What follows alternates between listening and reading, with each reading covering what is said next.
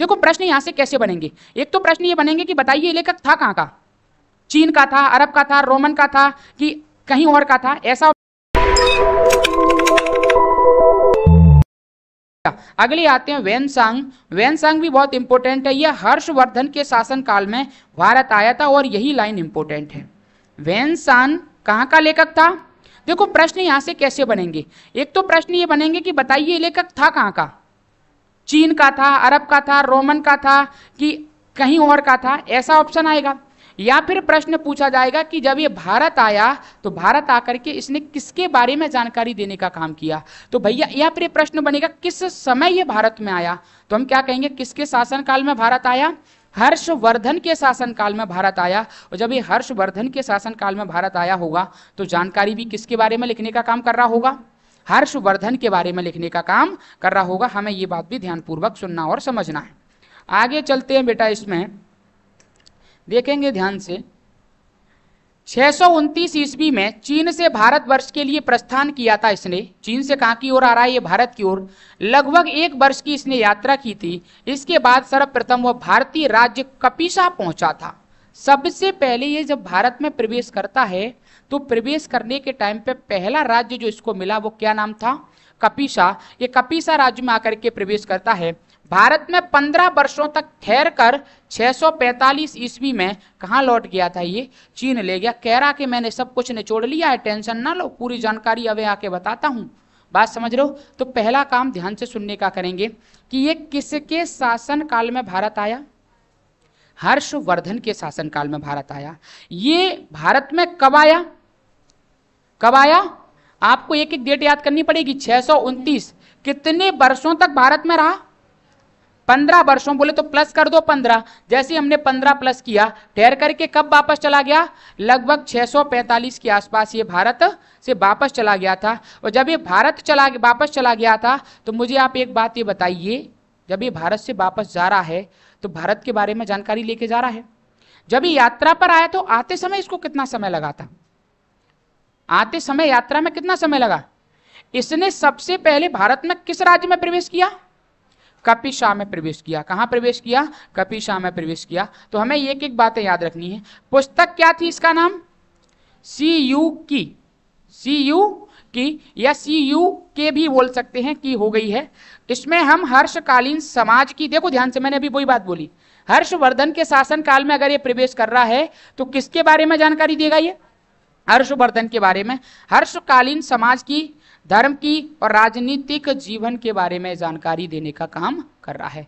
बोल रहा है कि हर्षवर्धन नाम का जो शासन काल है या शासन चलाने वाला व्यक्ति है, उसके शासन काल में राज्य व्यवस्था में राजनीतिक प्रवृत्ति कैसे चल रही है, धार्मिक प्रवृत्ति कैसे चल रही है, वहाँ का समाज कैसे रह रहा है, ये बात जाकर के ये अपने देश चाइना में बताने का काम करेगा। और इसके लिए इसने किताब लिखी, पुस्तक लिखी, जिस किताब का नाम क्या था, CUK, CUK। तो हमें इस प्रकार से नाम याद रखना है। पुस्तक में 138 देशों का विवरण मिलता है। ये पागल अकेला 138 देशों में घूम फिरा था। हम 138 राज्य नहीं घूम सकते, बात समझ रहे हो?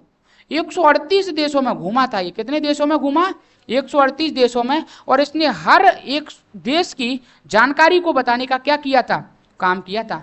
टोटल देश हम कितने पढ़ते हैं, कितने पढ़ते हैं, 195 पढ़ते हैं टोटल।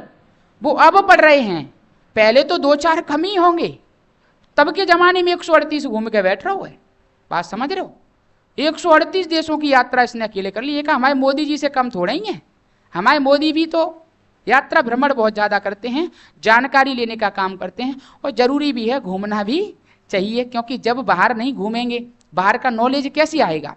आज टेक्नोलॉजी का ज्ञान हमें जो मिला है वो यात्रा भ्रमण से ही तो मिला है। अब आप लोग जैसे घर में बैठे हैं, हम कहीं 4 जगह गए। अब जैसे हम गए थे घूमने के लिए, हम हजीरे से निकल करके हम निकल पड़े इंदौर के लिए, हम निकल पड़े दिल्ली के लिए। तो वहाँ जब घूमने के बाद वहाँ का माहौल देखा कि लोग चाय पे क्या चर्चा करते हैं, लोग चाय पर क्या बातचीत करते हैं, वहाँ कौन कौन सिगरेट फूंकने का काम करता है, बात समझ रहे हो? ये भी माहौल हमने वहाँ का देखा। कौन कितने अच्छे कपड़े पहनता है ये भी हमने देखा, कौन कैसे रहता है ये भी हमने देखा। ये सब कुछ देखने के बाद कौन कैसे पढ़ाता है, मुद्दे की बात पे आएंगे, इधर उधर की चर्चा बिल्कुल भी नहीं करेंगे। कौन कैसे पढ़ा रहा है, वहाँ का सिस्टम कैसा चल रहा है, ये जानने का प्रयास भी कहीं ना कहीं हमने किया। अगर हम यहाँ से बाहर ना निकलते तो वो जानकारी शायद हम कलेक्ट करके यहाँ पर नहीं ला पाते, और आज हो सकता है कि आपको इस प्रकार से पढ़ाने का प्रयास कर रहे हैं वो नहीं पढ़ा पाते।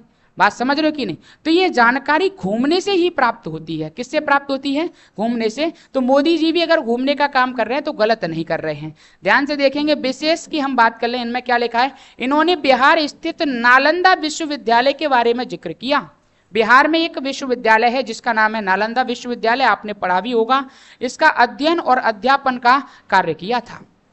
ये क्या करता है, ये व्यक्ति नालंदा विश्वविद्यालय में आता है और वहां पर पहले पढ़ता है। नालंदा विश्वविद्यालय में क्या करता है, ये दाखिला लेता है, पढ़ता है। पढ़ने के बाद में वहीं पर ये कुछ समय तक क्या रहता है, शिक्षक बोले तो टीचर रहने का काम करता है। तो मुझे बताइए, नालंदा विश्वविद्यालय में स्टूडेंट और टीचर दोनों रहने का काम किसने किया? दोनों। कौन रहा था भैया? दोनों आपके सामने कौन था बताओ? वेनसांग। कौन था? वेनसांग। यहाँ लिखा नहीं है, कुछ लोग तो भूल गए होंगे इतनी देर में। आगे हम बात करेंगे, इनके समकालीन नालंदा विश्वविद्यालय के कुलपति जो रहे थे वो कौन थे? शीलभद्र थे। वो कौन थे?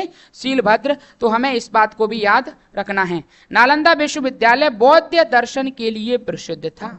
मैंने पहले ही कहा कि इस समय के समाज बोले तो 500 ईस्वी के आसपास का समाज जो था वो बौद्ध धर्म से परिपूर्ण समाज था। यहाँ केवल और केवल बौद्ध धर्म का बोलबाला चल रहा है।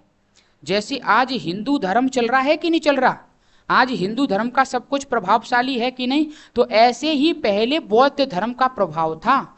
बोले तो मनुष्य जो धीरे धीरे, क्यों था बौद्ध धर्म का प्रभाव, क्यों था बौद्ध धर्म सर इस समय प्रभावशील क्यों हो गया? कोई सोच सकता है? सोचने का प्रयास करें तो कहानी को लिंक करें। हाँ, सबसे ज्यादा बौद्ध भिक्षु आ गए थे, ये कह रहा हूं सर, सबसे ज्यादा बौद्ध भिक्षु आ गए थे, इसलिए बौद्ध धर्म को प्रभाव बढ़े को प्रयास तो कर रहा है ना कुछ बताने का। कुछ तो खामोश बैठे हैं। कैसे बैठे हैं? खामोश। इसके अलावा हम कुछ बोलेंगे नहीं, जो सर बार बोल ही नहीं सकते, कम से कम कुछ तो बोलो। ध्यान से सुनो, हमने इतिहास का क्रम एक एक करके पढ़ाया है, और इतिहास का क्रम इतना सुंदर पढ़ाने के बाद भी अगर बेटा भूलोगे तो फिर मुझे लगता है कि फिर याद करना असंभव है। संभव तो मैं कह ही नहीं सकता। ध्यान से सुनेंगे, मैंने क्या कहा, इतिहास जब हम पढ़ रहे थे तो हमने पहले पढ़ा हड़प्पा सभ्यता। हड़प्पा सभ्यता साल 2500 से लेकर के 1800 तक। हम फिर यहां से आते हैं, ध्यान से सुनना, क्रम देखो, एक एक बातों को लिंक करने का काम किया करो। हड़प्पा सभ्यता की हम बेटा बात कर रहे हैं, हड़प्पा सिविलाइजेशन की। तो हड़प्पा सभ्यता का टाइम पीरियड जो था वो कितना था? 2500 से हम बेटा स्टार्ट करते हैं, कहां तक था? 1800। कहां तक था? 1800 ईस्वी तक। कहां था भैया? ईस्वी तक। कुछ लोग ईसा पूर्व तो नहीं बोलना चाह रहे, 1800 ईस्वी तक था। दूसरा हम बात कर ले बेटा, इसके जस्ट बाद दूसरे क्रम में आता है वैदिक काल। कौन आता है? वैदिक काल। तो वैदिक काल का टाइम पीरियड क्या रहा? 1800 से बोले तो 1500 से, क्योंकि 300 का तो मैं बता चुका हूं, 1500 से लेकर के 600 ईसा पूर्व। अभी बुद्ध उसका जन्म नहीं हुआ, ईसा मसीह का, अभी हम इससे पहले का काल पढ़ रहे हैं। तो जब हम इसकी बेटा ये बात कर रहे हैं, बीसी की हम बात कर रहे हैं, तो आप मुझे एक बात बताओ, ये वैदिक काल आ गया है। वैदिक काल कहां तक चला है? 600 ईसा पूर्व तक। अब वैदिक काल जब चल गया है तो वैदिक काल ने भी तो अपना प्रभाव छोड़ा होगा। बोलो छोड़ा होगा कि नहीं छोड़ा होगा? तो वैदिक काल ने जब अपना प्रभाव छोड़ा होगा तो मुझे आप एक बात बताइए, यहां पर आगे आएगा जैन और बौद्ध। कौन आएगा? जैन प्लस बौद्ध। तो जैन प्लस बौद्ध आएंगे, वो वैदिक काल के क्या काम कर रहे होंगे? विपरीत काम कर रहे होंगे। क्या कर रहे होंगे? विपरीत काम कर रहे होंगे। इन्होंने कहा होगा कि भगवान को मंदिरों में जाके पूजो, ये छवि छोड़ चुके थे लोगों में। इन्होंने कहा जादू टोना करो, किसी को अगर अपने बस में करना है, कोई अगर तुम्हारी बात नहीं मान रहा है तो उसके लिए 3 बार हवन करवाओ, 4 बार बलि दिलवाओ, 5 बार यज्ञ करवाओ, और आप देखना कि चौथी बार तो वो अपने आप दौड़ा दौड़ा तुम्हारे पास आएगा, कहेगा कि मैं आपका हूं, आप मेरे हैं, हम इसके अलावा किसी को नहीं जानते। इन्होंने ये तंत्र मंत्र फैलाना शुरू कर दिया। तो इसके विरोध में कौन उतरता है? जैन और बौद्ध धर्म का प्रवेश होता है। तो जैन और बौद्ध धर्म का प्रवेश होता है तो इसका प्रभाव बढ़ने लगा। किसका? बौद्ध धर्म का प्रभाव बढ़ने लगा। बौद्ध धर्म ने अपनी वास्तविक बातों के ऊपर उन्होंने फैक्ट पर बातें करना शुरू कर दी। किस पर? फैक्ट पर। उन्होंने प्रूफ देना शुरू कर दिया कि ये सब कुछ अंधविश्वास है। तो जनता कहाँ की ओर मूव होने लगी?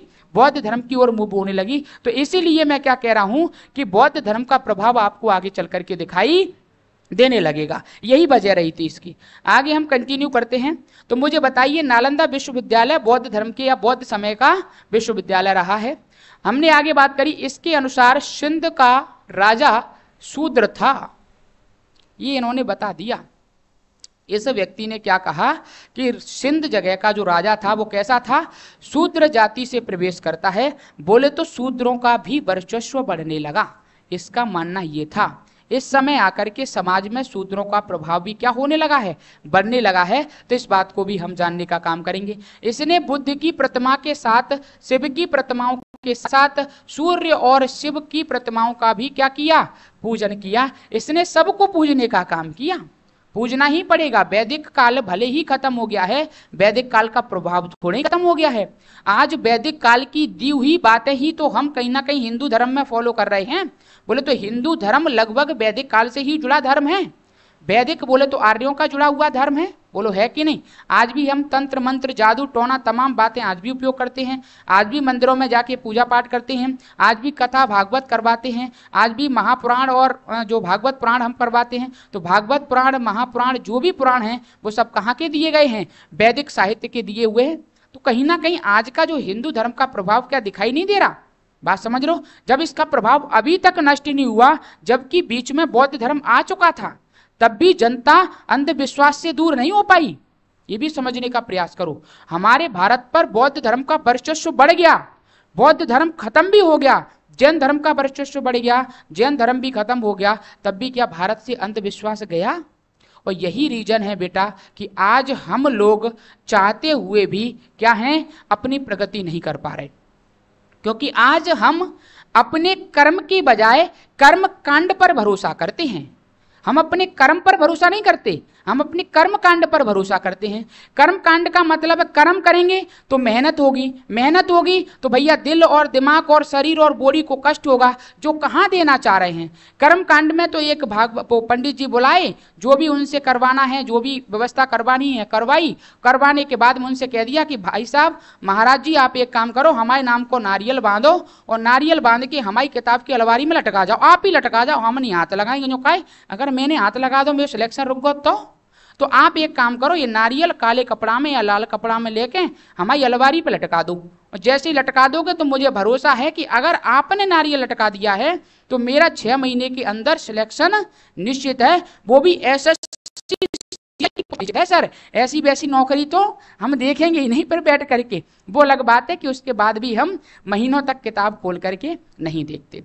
बात समझ लो। तो आज भी समाज हम देख लें कर्म की बजाय बेटा कर्म कांड पर भरोसा ज्यादा कर रहा है। यही रीजन है कि आज हम धीरे धीरे, आप मुझे एक बात बताओ, अगर हम देश से बेरोजगारी खत्म करना चाहते हैं, देश से बेरोजगारी खत्म करना चाहते हैं, जैसे आप हैं, आप में से पूछा जाए कि बताइए भारत की बेरोजगारी को खत्म करना है, क्या करना है? भारत की बेरोजगारी को खत्म करना है, भारत की गरीबी को खत्म करना है। तो कौन कौन इसमें अपना मत देना चाह रहा है कि सर ये काम होना चाहिए? तो मुझे लगता है कि आउट ऑफ 100 लोगों का यही हाथ उठेगा कि सर हमारा भी यही मानना कि भारत से बेरोजगारी खत्म हो और भारत में रोजगार आए, या फिर भारत में समृद्धता उत्पन्न हो, बोले तो गरीबी दूर हो। ये आएगा कि नहीं आएगा? इसके लिए हम 4 लोगों के बारे में बोलेंगे भी। सर मैं उसको 10 रुपए का बिस्किट दे दूंगा, सर मैं उसको 30 रुपए का पार्ले दे दूंगा, सर मैं उसको 1 दिन का खाना खिला दूंगा। ये तो कर दोगे, ये आपसे कहा भी जाएगा कर भी दोगे। लेकिन बेटा जब हर व्यक्ति की ये विचारधारा बन जाए कि मैं किसी से 10 रुपए लूंगा नहीं, अपने पेट का भोजन तो मैं स्वयं भरूंगा और अपनी मेहनत से भरूंगा, मांग करके नहीं भरूंगा। अगर देश में से भिखारियों की संख्या धीरे धीरे कम हो जाए बेटा, तो स्वाभाविक सी बात है देश ना चाहते हुए भी क्या हो जाएगा? समृद्ध हो जाएगा। क्यों? जब हम अपने आप को समृद्ध कर लेंगे तो देश में समृद्धता तो निश्चित है ना। लेकिन हम धीरे धीरे क्या कर रहे हैं? अपनी सीढ़ी से खिसक करके आप देख रहे हैं भारत में नंबर ऑफ भिखारीज, बेगर्स बहुत ज्यादा बढ़ रहे हैं। मंदिरों पे चले जाओ तो भगवान के यहाँ तो चढ़ाने की व्यवस्था कम मिलती है, पहले उनको देने की व्यवस्था ज्यादा करनी पड़ती है। ना दो तो ये और कहते हैं ध्यान ना रो है 10 रुपये हम मत त्यागो, मैंने कहा यार ये बड़े अजीब गरीब व्यक्ति हैं, मतलब दे दिया तो ठीक है, और देने के बाद कुछ तो इतने मान होते हैं, आशीर्वाद भी इज्जत का नहीं जाते, ललाते हो भलो होए बड़ो होए मोड़ी मोड़ा नहीं होए, मतलब बढ़िया समृद्धि करे, कोई आशीर्वाद ही नहीं देता। और ना दो तो फिर देखो उनको, पहले तो कहेगा दे दो दे दो दे दो, न कच नहीं तो बिस्किट खवा दो, पाले समोसा खिला दो, कह के भैया हम तो खुद मांग के खा रहे हैं, अच्छा तुम हमसे बड़े वाले भी भिखारी हो हैं, ऐसे लोग घूम रहे होते हैं।